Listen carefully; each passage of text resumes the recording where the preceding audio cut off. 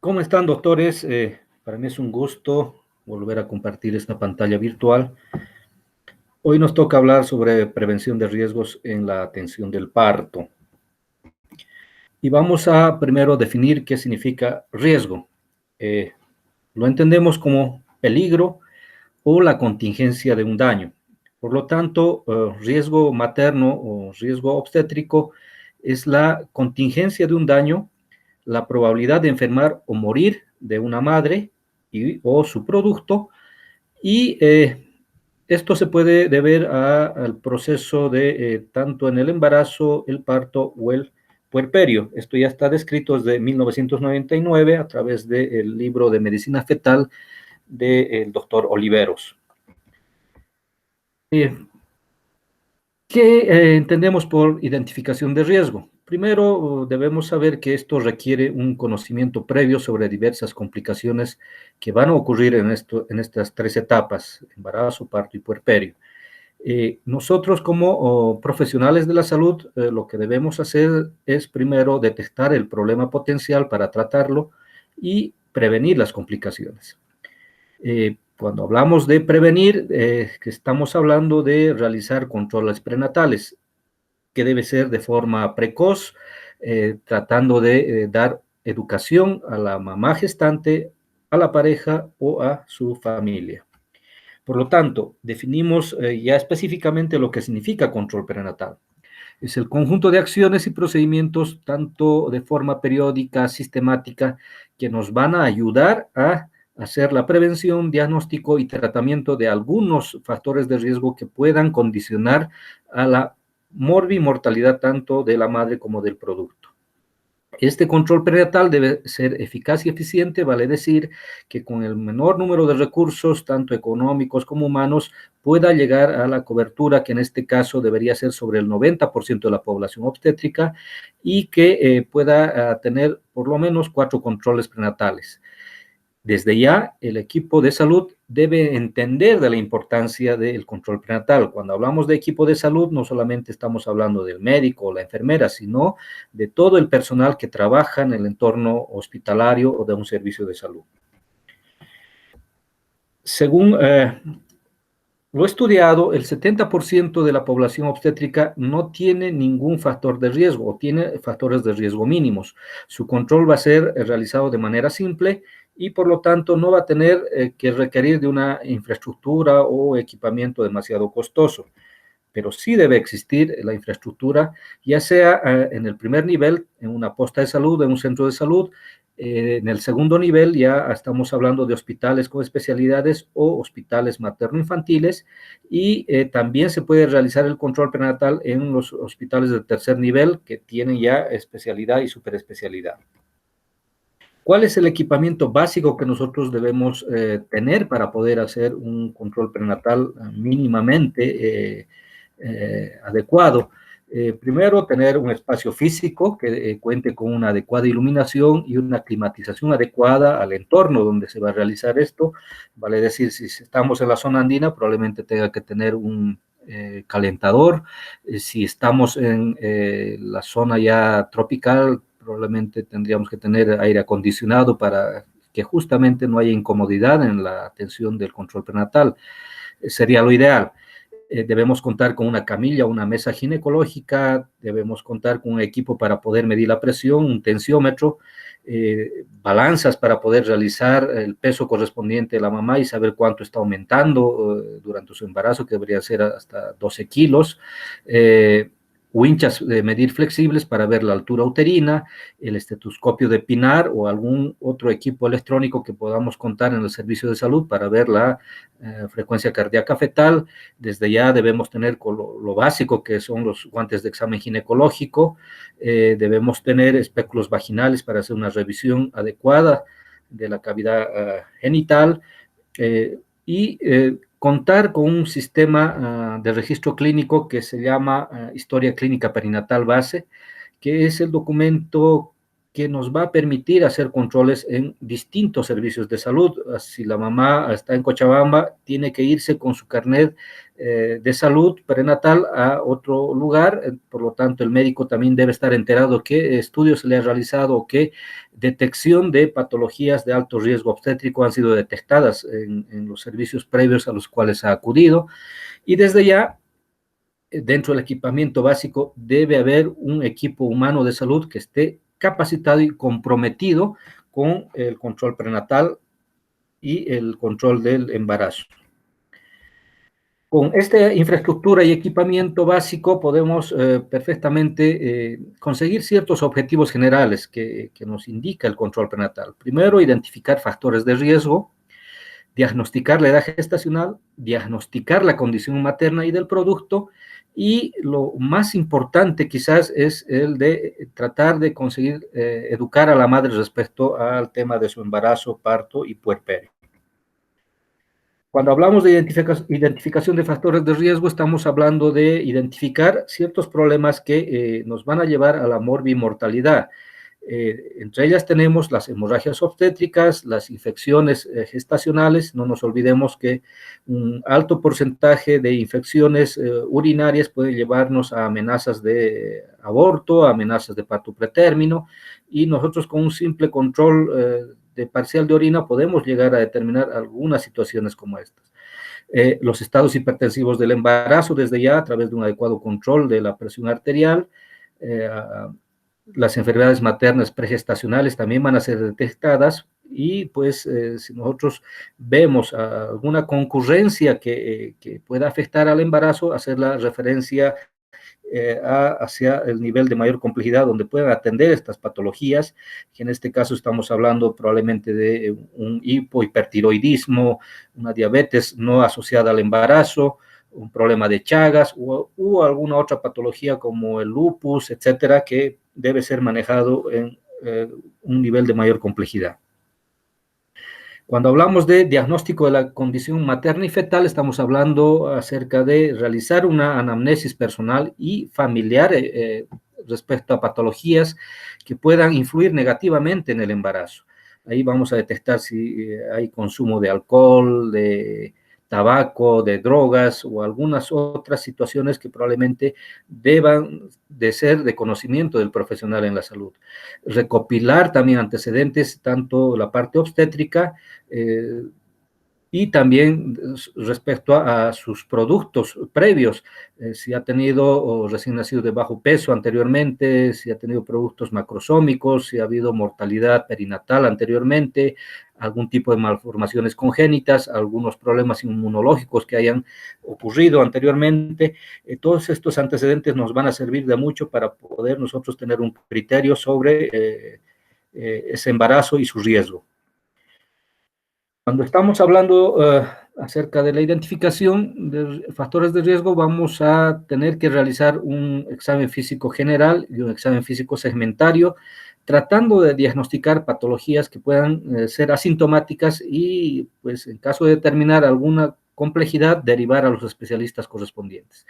Dentro del examen físico vamos a incluir un examen ginecológico con una inspección de la región perineal para determinar si existen problemas de hemorroides, parasitosis, tanto a nivel anal como pubiano, si existen problemas de vulvovaginitis, de condilomas, etcétera, y hacer de rutina un examen de Papa Nicolau para poder nosotros determinar si hay algún fenómeno, como vemos en la imagen a la derecha, determinar si hay algún problema oncológico que podemos nosotros remitir de inmediato al especialista correspondiente. Se debe realizar también en el control prenatal una evaluación sobre el estado nutricional, valorando el índice de masa corporal, que significa peso sobre la talla al cuadrado, la presión arterial, la frecuencia cardíaca fetal, y el examen físico que vamos a realizar según los síntomas maternos que vaya a describirnos la paciente o algunos signos que vayamos a encontrar nosotros. El seguro, bueno, el SUS actualmente cuenta con una batería de laboratorios y exámenes de gabinete que lo podemos tener en el servicio local donde estamos o activamos el sistema de referencia y contrarreferencia. Esto quiere decir que si nosotros estamos en una posta o un centro de salud que no cuenta con alguno de los servicios, mandamos con su hoja de solicitud de servicios y vamos a conseguir de que en otro lugar de mayor complejidad nos puedan realizar estos estudios que son muy importantes para que podamos tener un adecuado control prenatal. Primero, hacer un hemograma completo, hacer un examen general de orina, hacer una glicemia, hacer estudios como el RPR-BDRL, hacer serología para toxoplasmosis, serología para Chagas, serología para VIH. Obviamente este estudio se hace con el consentimiento informado, que es una hoja aparte que debemos hacer firmar a la mamá y que donde vamos a hacer constar acerca de que le estamos informando sobre los posibles hallazgos que vayamos a tener respecto al VIH. Se le va a realizar también una ecografía obstétrica para determinar la edad gestacional, la vitalidad fetal, el lugar de inserción de la placenta y cómo va a evolucionar esta inserción placentaria, cantidad de líquido amniótico, si el bebé está creciendo de manera adecuada o está macrosómico o está microsómico, una serie de situaciones que vamos a determinar a través de estos estudios, tanto de laboratorio como de gabinete, y que está cubriendo enteramente el SUS. Ahora sí, respecto a la educación materna, el primer control prenatal es fundamental para que nosotros podamos tener ese contacto con la mamá y con la familia. Debemos adecuarnos a su nivel de instrucción y pues explicarle de la manera más simple y coherente acerca del programa de control prenatal que nosotros vamos a manejar, haciéndole conocer sobre algunos signos y síntomas de alarma, hacerle notar que sangrados son irregulares, qué tipo de dolores puede presentar, si hay algún tipo de pérdida de líquido transvaginal, qué conducta debería asumir, hablarle acerca de la nutrición que debería tener la mamá, hablarle ya desde el control prenatal sobre la lactancia materna, los cuidados que debe tener con el recién nacido, hablarle sobre la planificación familiar y obviamente debemos explicarle claramente acerca de la preparación para el parto, lo que debe llevar en el momento del trabajo de parto, la ropa para su niño probablemente, algunas situaciones de higiene personal que deba manejar y también orientarles sobre las expectativas de la atención del parto con adecuación intercultural. Esto es muy importante para que posteriormente no exista ningún tipo de problemas en cuanto a su expectativa de atención del parto intercultural. Respecto a los signos y síntomas de alarma, debemos hacerle conocer y capacitar a la mamá respecto a molestias propias de la gestación y a alguna situación de emergencia obstétrica, donde ellas deberían ya reconocer estas situaciones para que puedan acudir oportunamente al servicio de salud. Debe la embarazada conocer la ubicación geográfica exacta del servicio de salud próximo y que esté habilitado para la atención durante las 24 horas. Lamentablemente en nuestro entorno tenemos varios servicios de salud que solo trabajan de 6 a 8 horas y después cierran las puertas y esto hace de que tengamos dificultades cuando la mamá se ve frustrada al acudir a su servicio de salud y está cerrado. De ahí que debe tener una segunda alternativa, un plan B para acudir a otro servicio de salud en caso de que su servicio esté con las puertas cerradas. Debería visitar el servicio de salud que probablemente sea el de referencia antes de que se presente cualquier cuadro de urgencia o emergencia en caso de que ya esté ingresando en el trabajo de parto. Debemos también informar acerca de la edad gestacional y la fecha probable de parto. Esto es importante porque nosotros asumimos todos estos datos, pero no lo comunicamos a la mujer embarazada ni a su familia, lamentablemente. Y esto va a generar angustia tanto en la embarazada como en su entorno familiar, cuando ya han cumplido ciertas semanas de embarazo y ellos asumen que ya debería haberse producido, pero nosotros no le hemos informado que el parto se puede desencadenar entre las 38 y 42 semanas. antes o después de este margen de tiempo, debemos hacerles conocer que debe acudir también si es que se presenta alguna situación anómala respecto al trabajo de parto. Informar a la mujer embarazada que los movimientos fetales podrán ser reconocidos alrededor del quinto mes y que estos movimientos fetales nos están representando signos de salud fetal. Por lo tanto, si ella siente que después de las 40 semanas no se está moviendo su producto, debería preocuparse. Todos estos detalles debemos hacerlos conocer durante el control prenatal y pues hacer de que la mamá pueda estar alerta y atenta a cualquiera de los signos que probablemente sean preocupantes. Debe estar capacitada para reconocer el inicio del trabajo de parto y no concurrir innecesariamente al servicio de salud con alguna molestia transitoria que seguramente se le puede presentar. Entonces, de ahí que debemos estar dándole ya las pautas para que la mamá no esté,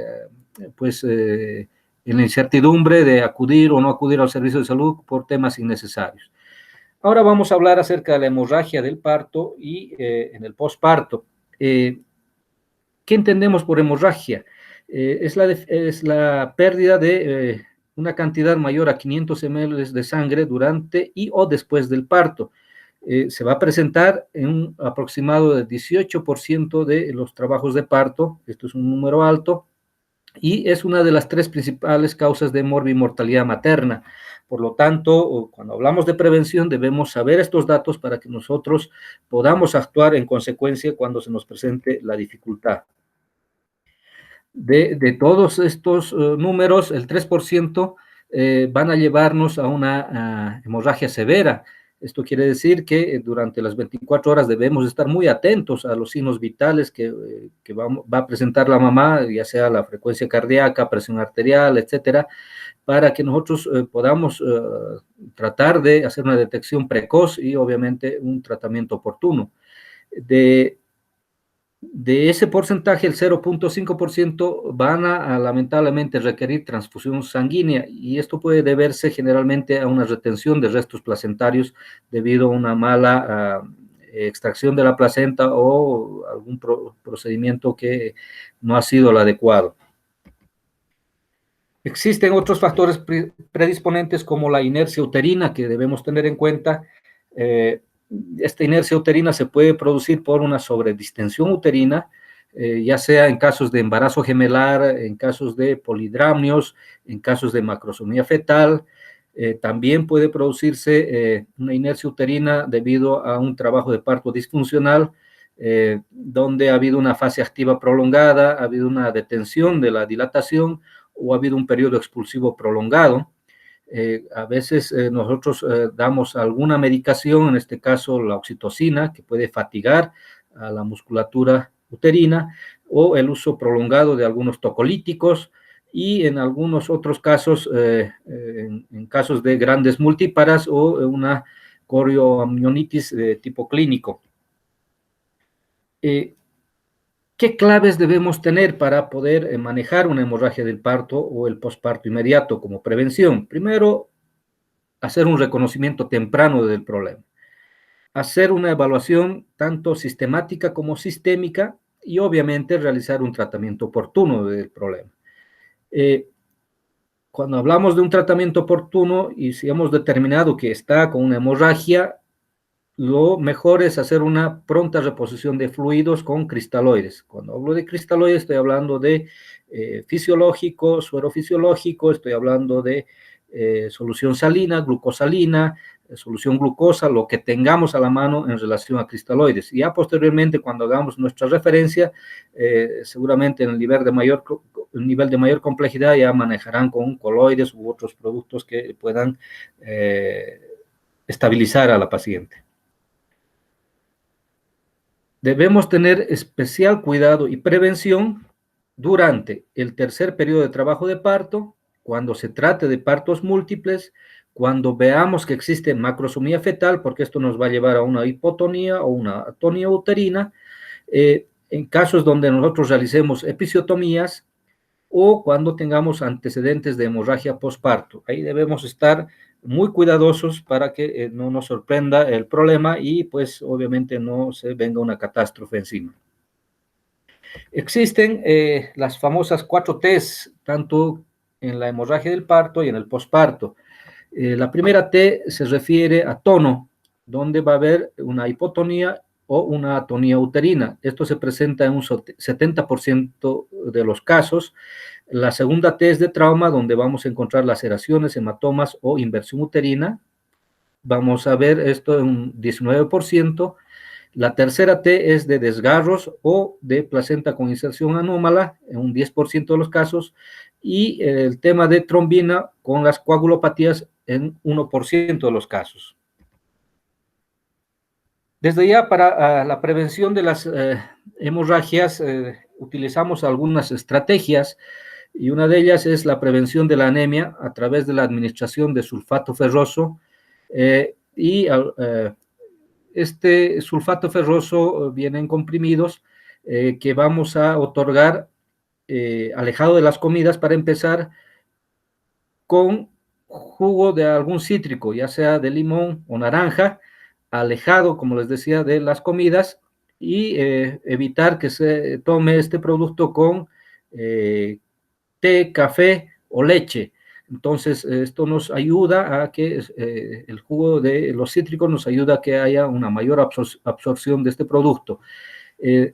Hacer que la episiotomía de rutina se elimine de cualquier procedimiento de atención de trabajo de parto según las disposiciones que tiene el Ministerio de Salud. Hace varios años ya se ha proscrito este procedimiento, pero obviamente por fines de aprendizaje todavía se realiza en algunos servicios de salud. Lo que hacemos para evitar hacer una episiotomía o que se desgarre en el momento del parto es hacer una protección adecuada del periné. Como les decía al principio, hace poco, era tener una detección precoz de algunas anomalías de la contracción uterina, y para esto hay que tener una habilidad para poder determinar si ese útero está flácido o si está adquiriendo el tono necesario para poder hacer la contracción. Y si en caso que se nos ha producido un desgarro, hacer la reparación inmediata, tanto del desgarro uterino, que se nos puede presentar y que lamentablemente puede darnos un sangrado masivo, o de los desgarros a nivel perineal. Hacer una revisión de los focos hemorrágicos y de los hematomas que nosotros podamos ir verificando en cuanto se haya producido alguna episiotomía o algún desgarro que ha sido reparado, porque ahí se va a concentrar una gran cantidad de sangre que probablemente nos va a llevar a un problema de hemorragia no detectada. Hacer una vigilancia estricta de los signos vitales en las 2 primeras horas de oro. Esto es importante.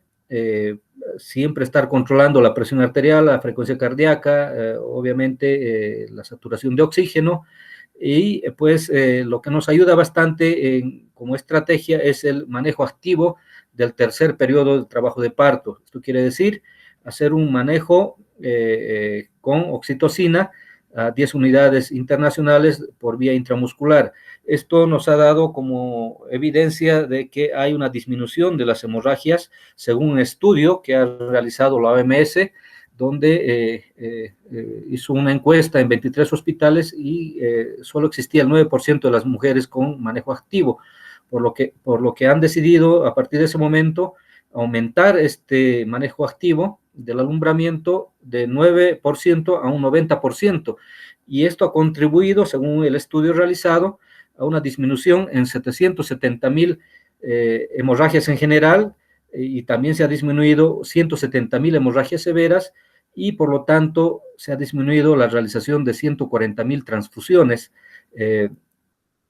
Esta aplicación de la oxitocina en 10 unidades internacionales intramuscular debe realizarse una vez se haya comprobado la expulsión del producto y que se haya descartado un embarazo gemelar. Para ello, obviamente, ustedes tienen que hacer esa revisión. Se han dado casos donde ya nace un bebé y no se dieron cuenta que había un segundo producto y le aplicaron la oxitocina, y obviamente esto ha hecho que se contraiga el útero y obviamente dificultando la salida del segundo producto. Existen factores predisponentes de muertes maternas que son evitables a través de lo que nosotros podamos hacer como prestadores de salud. Acá van a ver ustedes algunas situaciones en rojo, ¿no? Donde dice pobreza, analfabetismo, costumbres y factores ambientales, donde probablemente mucho no podamos hacer, pero sí podemos de alguna manera coadyuvar en el tema de la nutrición, el tema de hábitos, hablar sobre embarazos muy tempranos o no deseados, evitar realizar prácticas innecesarias y dañinas. Podemos ver, detectar algunas situaciones de causas indirectas para la mortalidad materna, como el HIV o el SIDA, el tema de la malaria, el tema de la violencia intrafamiliar, que es uno de los principales problemas también que tenemos respecto a la muerte materna. Evitar realizar prácticas no basadas en evidencias, tratar de que los servicios materno-natales y la planificación familiar sean más eficientes, porque actualmente tenemos dificultades en este aspecto.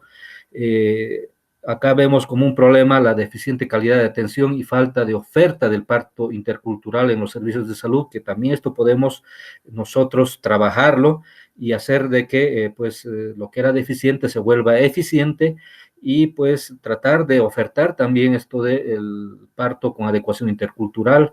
En el momento tenemos servicios de salud que aún no están calificados para la atención. No se olviden que en las postas de salud existen solamente para la atención auxiliares de enfermería, que si bien pueden tener la experiencia o la voluntad, pero lamentablemente un mal diagnóstico puede llevarnos a el agravamiento o la muerte de una mujer embarazada. Y el último acápite nos habla sobre el subregistro de muertes maternas. Nuestros datos, lamentablemente, de mortalidad materna varían mucho entre los que tenemos por el Ministerio de Salud, que nos dice que hay 160 muertes maternas por cada 100.000 nacidos vivos, versus los datos que nos dan la OMS, los datos que nos dan otras instancias de investigación, y que nos dicen que nuestros indicadores son mucho más altos. Lamentablemente, esto también se debe a un mal manejo del sistema de información en salud que tenemos, y bueno, hasta que no se demuestre lo contrario, nosotros, y mientras el ministerio no diga lo contrario, nosotros tenemos esa razón de mortalidad de 160, que está colocándonos en un segundo lugar en el continente.